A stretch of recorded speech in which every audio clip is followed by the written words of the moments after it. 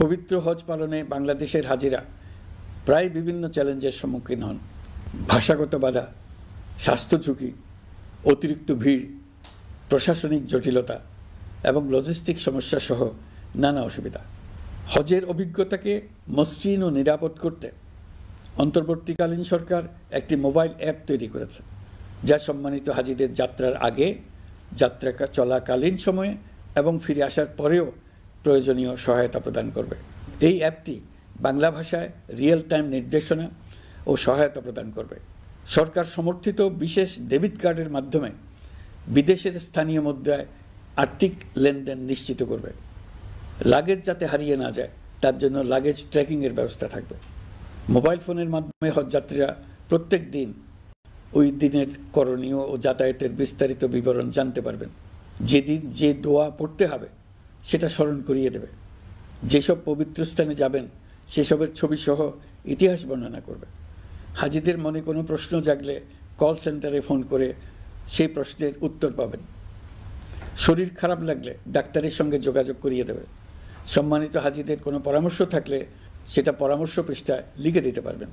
ভ্রমণের দৈনন্দিন ঝামেলার জন্য হজের মূল লক্ষ্যকে পরাজিত করতে না পারে তার জন্য সকল ব্যবস্থা এতে রাখা থাকবে। প্রিয় দেশবাসী, আপনারা শুনেছেন আমি স্টারলিংকের প্রতিষ্ঠাতা এবং বিশ্বের স্পেস এক্স ও টেসলার মালিক এলন মাস্কের সঙ্গে ফোনে আলাপ করে বাংলাদেশে স্টারলিংকের কার্যক্রম শুরু করার আহ্বান জানিয়েছি। সে অনুসারে কোম্পানির প্রতিনিধিরা এখন বাংলাদেশে তাদের কার্যক্রম শুরুর আয়োজন করছে। তাদের সঙ্গে 3 মাসের মধ্যে বাণিজ্যিক চুক্তি চূড়ান্ত করার কাজ চলছে। স্টারলিংকের মাধ্যমে স্বল্প মূল্যে উচ্চগতির ইন্টারনেট বাংলাদেশের ডিজিটাল জগতে একটা বিপ্লব আনবে। স্টারলিং সেবা চালু হলে দেশের প্রতিটি গ্রাম, দ্বীপাঞ্চল, দুর্গম পাহাড়ি অঞ্চল অতি উচ্চগতির ইন্টারনেট সেবার আওতায় চলে আসবে। স্টারলিং চালু হলে ভবিষ্যতে কোনো সরকার ইন্টারনেট সেবা বন্ধ করে মানুষকে আর তথ্যবন্দী করার কোনো সুযোগ পাবে না। বাংলাদেশের প্রতিটি অঞ্চলে বিশ্বমানের শিক্ষা, স্বাস্থ্যসেবা, অর্থনৈতিক ক্ষেত্রে সকল নাগরিকের অংশগ্রহণ নিশ্চিত করা যাবে। আমাদের নতুন প্রজন্ম দেশের যে কোনো প্রত্যন্ত অঞ্চলেই থাকুক না কেন তারা বিশ্ব নাগরিক হয়ে গড়ে ওঠার সুযোগ পাবে। সরকার যুব উদ্যোক্তা নীতি 2025 প্রণয়ন করেছে। এর লক্ষ্য হবে সামাজিক, অর্থনৈতিক ও পরিবেশগত অগ্রগতির মূল চালক হিসেবে তরুণ তরুণীদের ক্ষমতায়ন করা। এই নীতি টেকসই উন্নয়ন লক্ষ্যমাত্রা অর্জনের উপায় হিসেবে সফল উদ্যোক্তা তৈরিতে সহায়ক হবে। সামাজিক ও অর্থনৈতিক ক্ষেত্রে তরুণ উদ্যোক্তাদের অবদানকে স্বীকৃতি দেওয়া হবে। প্রিয় দেশবাসী, জাতিসংঘের মহাসচিব অ্যান্টনিও গুতেরেস কয়েকদিন আগে বাংলাদেশ সফর করেছেন। তাকে সঙ্গে নিয়ে আমি কক্সবাজারে রোহিঙ্গা ক্যাম্পগুলোতে গিয়েছি। ক্যাম্পে অবস্থানরত 1 লাখ রোহিঙ্গা শিশু, কিশোর, নারী, পুরুষ সবার সঙ্গে একসঙ্গে ইফতার করেছে। আমাদের প্রস্তাবে সম্মতি জানিয়ে আগামী সেপ্টেম্বর মাসে জাতিসংঘের সাধারণ অধিবেশনে রোহিঙ্গা সংকট নিয়ে একটি পৃথক অধিবেশন আয়োজন করার প্রস্তুতি নিচ্ছে। মালয়েশিয়া ও ফিনল্যান্ড যৌথ আয়োজক হতে এগিয়ে এসছে। এর পাশাপাশি অস্ট্রেলিয়ার সাবেক ভারপ্রাপ্ত প্রধানমন্ত্রী জুলি বিশপকে আমি এই গুরুত্বপূর্ণ সভায় মুখ্য ভূমিকা পালনের জন্য আহ্বান জানিয়েছি। তিনি আমার প্রস্তাব গ্রহণ করেছেন। জাতিসংঘের মহাসচিব বাংলাদেশ সফরে এসে জাতীয় ঐকমত্য কমিশনের সদস্য, রাজনৈতিক দলের নেতৃবৃন্দ ও তরুণদের সঙ্গে পৃথকভাবে বৈঠক করেছেন। বৈঠকে সবাই জাতিসংঘের মহাসচিবকে নতুন বাংলাদেশ গঠনের স্বপ্নের কথা জানিয়েছেন। আপনারা জানেন, পতিত স্বৈরাচারের নিপীড়নের বর্ণনা উঠে এসছে জাতিসংঘের মানবাধিকার বিষয়ক হাই কমিশনারের কার্যালয়ের রিপোর্টে। গত জুলাই-আগস্ট মাসে বাংলাদেশের ছাত্র, শ্রমিক জনতার উপর শেখ হাসিনা সরকার ও আওয়ামী লীগ যে দমন, পীড়ন ও হত্যাকাণ্ড চালিয়েছে এর পুঙ্খানুপুঙ্খ তদন্ত করে বিস্তারিত রিপোর্ট প্রকাশ করেছে তারা। এই রিপোর্টে স্পষ্টভাবে উঠে এসছে যে শেখ হাসিনা নিজেই নিরাপত্তা বাহিনীর কর্মকর্তাদের নির্দেশ দিয়েছিলেন বিক্ষোভকারীদের হত্যা করতে। বিগত সরকার, আওয়ামী লীগ ও আওয়ামী লীগের সহযোগী গোষ্ঠী ও সংগঠন একত্রিত হয়ে পরিকল্পিতভাবেই গুরুতর জড়িত ছিল। মানবাধিকার বিষয়ক হাই কমিশনারের রিপোর্টে বলা হয়েছে বিক্ষোভ চলাকালে প্রায় 1400 জন নিহত হয়েছেন, যার মধ্যে প্রায় 1300 শতাংশ শিশু। বিক্ষোভের সম্মুখ সারিতে থাকার কারণে আমাদের জুলাই কন্যারা নিরাপত্তা বাহিনী ও আওয়ামী লীগের সমর্থকদের দ্বারা আক্রান্ত হয়েছে, এমনকি যৌন নির্যাতনের শিকার হয়েছে। জাতিসংঘের রিপোর্ট পড়ে সবার গায়ের লোম দাঁড়িয়ে গেছে। কি ভয়াবহতা! কিভাবে একজন প্রধানমন্ত্রী নিজ দেশে নিরস্ত্র মানুষকে হত্যার পর লাশ লুকিয়ে ফেলার নির্দেশ দিতে পারে? ক্ষমতা আঁকড়ে রাখার জন্য তিনি পৃথিবীর সকল নিষ্ঠুরতা ছাড়িয়ে গেছেন। এটাই জাতিসংঘের প্রতিবেদনে উঠে এসছে। মানবাধিকার বিষয়ক হাইকমিশনার কার্যালয়ের এই রিপোর্টকে আমরা স্বাগত জানাচ্ছি। প্রতিবেদনে যে সুপারিশ করা হয়েছে, অন্তর্বর্তী সরকার সেই সুপারিশগুলো গুরুত্বের সঙ্গে বিবেচনা করছে। আপনাদেরকে আশ্বস্ত করে বলতে চাই, যারা গণহত্যায় জড়িত ছিল, যারা নির্বিচারে মানুষ হত্যা করেছে, যারা ইতিমধ্যে হত্যাকারী হিসেবে বিশ্বের কাছে স্বীকৃত, তাদের বিচার এ দেশের মাটিতে হবেই। প্রিয় দেশবাসী, আপনারা জানেন অন্তর্বর্তী সরকার দায়িত্ব নেবার পর থেকেই গণমাধ্যম ও সোশ্যাল মিডিয়ায় গুজবের যেন এক মহোৎসব চলছে। দেশকে অস্থিতিশীল করে এক মিথ্যা তথ্য ছড়িয়ে দিয়ে জনগণকে বিভ্রান্ত করার চেষ্টা চলছে। অভিনব সব প্রক্রিয়ায় গুজব ছড়ানো হচ্ছে। এক ছবির সঙ্গে অন্য ছবি জুড়ে দেওয়া হচ্ছে, ঘটনা একটা, ছবি আরেকটা। এরকম ফটোকার্ড বানিয়ে অন্য দেশের ঘটনাকে এ দেশের ঘটনা হিসেবে চালিয়ে দিয়ে সোশ্যাল মিডিয়ায় তোলপাড় করে ফেলছে। যতই নির্বাচন কাছে আসবে, এর রূপ আরো ভয়ঙ্কর হতে থাকবে। কারা এর পেছনে আছে, কেন আছে, তা আপনাদের সবারই জানা আছে। আমরা এই মিথ্যা তথ্যের প্রচারণা রোধ করতে জাতিসংঘের সহযোগিতা চেয়েছি। জাতিসংঘের মহাসচিব এর মোকাবেলায় আমাদের সহযোগিতা করবেন বলে আশ্বাস দিয়ে গেছেন। দেশবাসীকে আমি স্মরণ করিয়ে দিতে চাই যে জুলাই অভ্যুত্থানের প্রথম পর্ব সফলভাবে সমাপ্ত হয়েছে। প্রথম পর্বের সমাপ্তির মধ্য দিয়ে অভ্যুত্থানের দ্বিতীয় পর্ব শুরু হলো। সবসময় মনে রাখতে হবে, আমরা কিন্তু যুদ্ধাবস্থায় আছি। গুজব হলো এই জুলাই অভ্যুত্থানের বিরুদ্ধে পরাজিত শক্তির মস্ত বড় হাতিয়ার। গুজব দেখলেই গুজবের সূত্রের সন্ধান করতে থাকবেন, গুজবকে অবহেলা করবেন না। বহু অভিজ্ঞ সমর বিশারদ এই গুজবের পেছনে দিনরাত সীমাহীন অর্থ এর পেছনে নিয়োজিত আছে। এর মূল লক্ষ্য জুলাই অভ্যুত্থানকে ব্যর্থ করা। আমরা তাকে ব্যর্থ হতে দেব না। আমাদের সামগ্রিক ঐক্য পলাতক শক্তির গায়ে জ্বালা ধরিয়ে দিচ্ছে। তারা এই ঐক্য ভাঙতে চায়।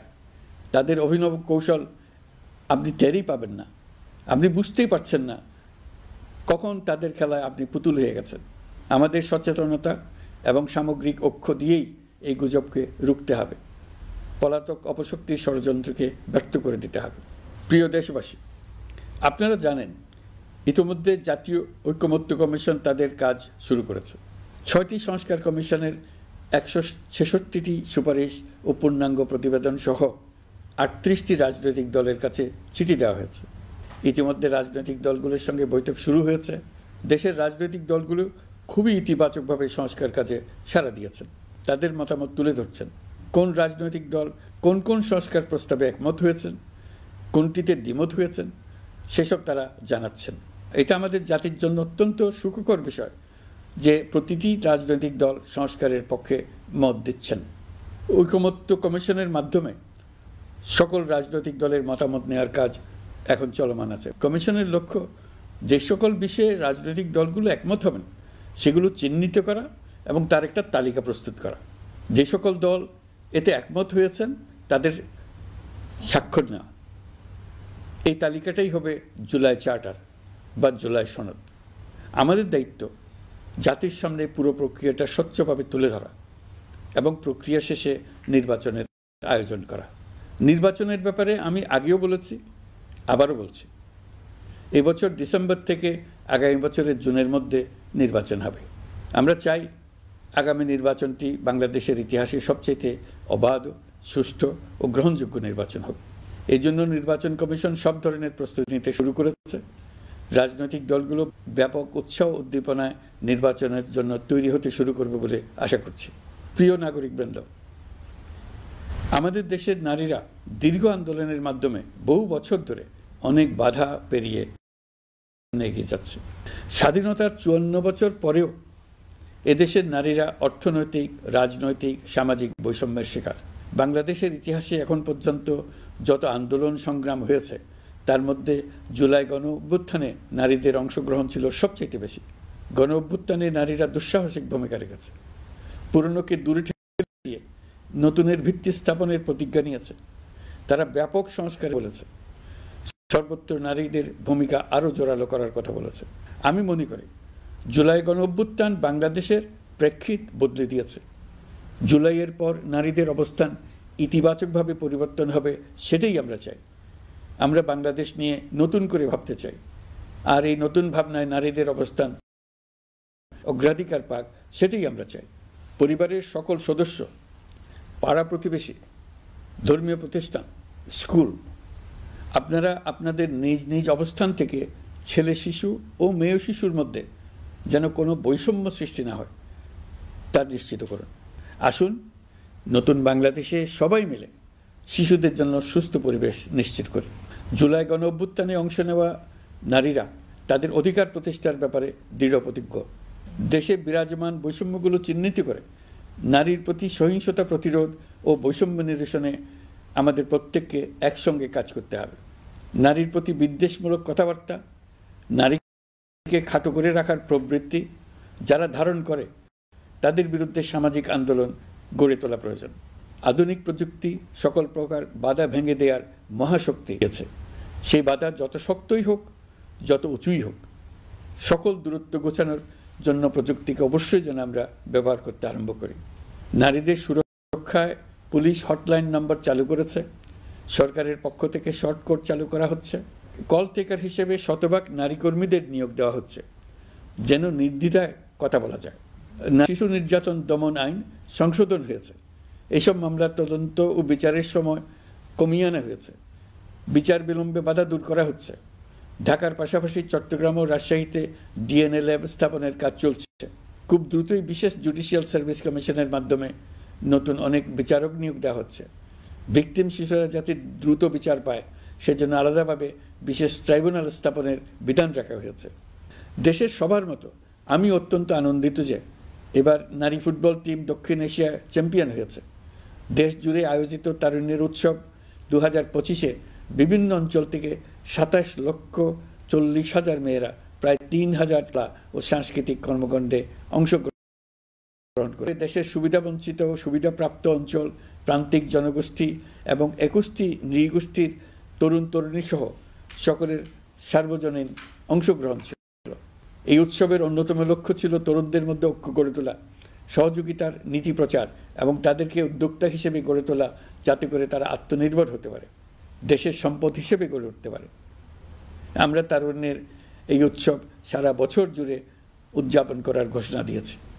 এই উৎসবে আমরা গ্রাম, উপজেলা, শহর, বন্দর সকল এলাকার আবাল বৃদ্ধ বনিতাকে এবং স্কুল, কলেজ, মাদ্রাসার সরকারি বেসরকারি সকল প্রতিষ্ঠানের সবাইকে নানা প্রকারের সৃজনশীল কর্মসূচি নিয়ে এগিয়ে আসার জন্য আমি অনুরোধ জানাচ্ছি। প্রতিটি এলাকায় এই উৎসবে যোগদান করতে মেয়েদের যেন বিশেষভাবে উৎসাহিত করা যায়, সেজন্য সকলকে আহ্বান জানাচ্ছি। কোথায় এটা কিভাবে উদযাপিত হচ্ছে সেই ব্যাপারে জানার জন্য আমি আগ্রহ নিয়ে অপেক্ষা করলাম। বিভিন্ন পর্যায়ে দেশের সেরা গ্রাম, সেরা উপজেলা, সেরা শহর, সেরা প্রতিষ্ঠান, সেরা ব্যক্তিকে পুরস্কার দেওয়ার জন্য আমরা প্রস্তুত থাকব। নারী অধিকারের পাশাপাশি একই রকম গুরুত্বের সঙ্গে সংখ্যালঘুদের নাগরিক অধিকার, সমতল ও পাহাড়ের জাতিগোষ্ঠীর নাগরিক অধিকার, কারো কোনো নাগরিক অধিকারকে অবহেলা করলেই এই জাতির জন্য মহা সংকট সৃষ্টি হবে। নাগরিক হিসেবে আমরা কেউ যেন অন্য নাগরিকের অধিকার হরণের দায়ে অভিযুক্ত হতে না পারি, সেই ব্যাপারে আমাদের নিশ্চিত থাকতে হবে। তাহলেই সত্যিকার নতুন বাংলাদেশ জন্ম লাভ করবে। সবাইকে আবারও আমার সালাম জানিয়ে আমার বক্তব্য শেষ করছি। আসসালামু আলাইকুম। সবাইকে স্বাধীনতা দিবসের অভিনন্দন জানাচ্ছি। পবিত্র মাহে রমজানে মহান আল্লাহর অশেষ মেহেরবানি আমাদের উপরে বর্ষিত হোক।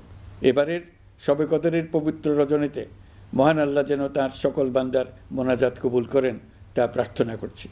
একই সঙ্গে পবিত্র ঈদে সকলকে জানাই ঈদ মোবারক। ঈদে পরিবার পরিজন নিয়ে নির্বিঘ্নে ও আনন্দ সহকারে নিজ নিজ বাড়ি যাবেন, আত্মীয় স্বজনের কবর জিয়ারত করবেন, গরিব পরিবারের খোঁজখবর নেবেন, তাদের ভবিষ্যৎ ভালো করার জন্য চিন্তাভাবনা করবেন, আপনার সন্তানদের সঙ্গে তাদের পরিচয় করিয়ে দেবেন, এই কামনা করছি। ঈদের জামাতে দলমত নির্বিশেষে সবাই যেন পরাজিত শক্তির সকল প্ররোচনা সত্ত্বেও সুদৃঢ়ভাবে ঐক্যবদ্ধ থাকেন, সেই জন্য আল্লাহর কাছে মোনাজাত করবেন, এই আহ্বান জানাচ্ছি। সকলের জীবন সার্থক হোক, আনন্দময় হোক। মহান আল্লাহ আমাদের সহায় হন। আল্লাহ হাফেজ।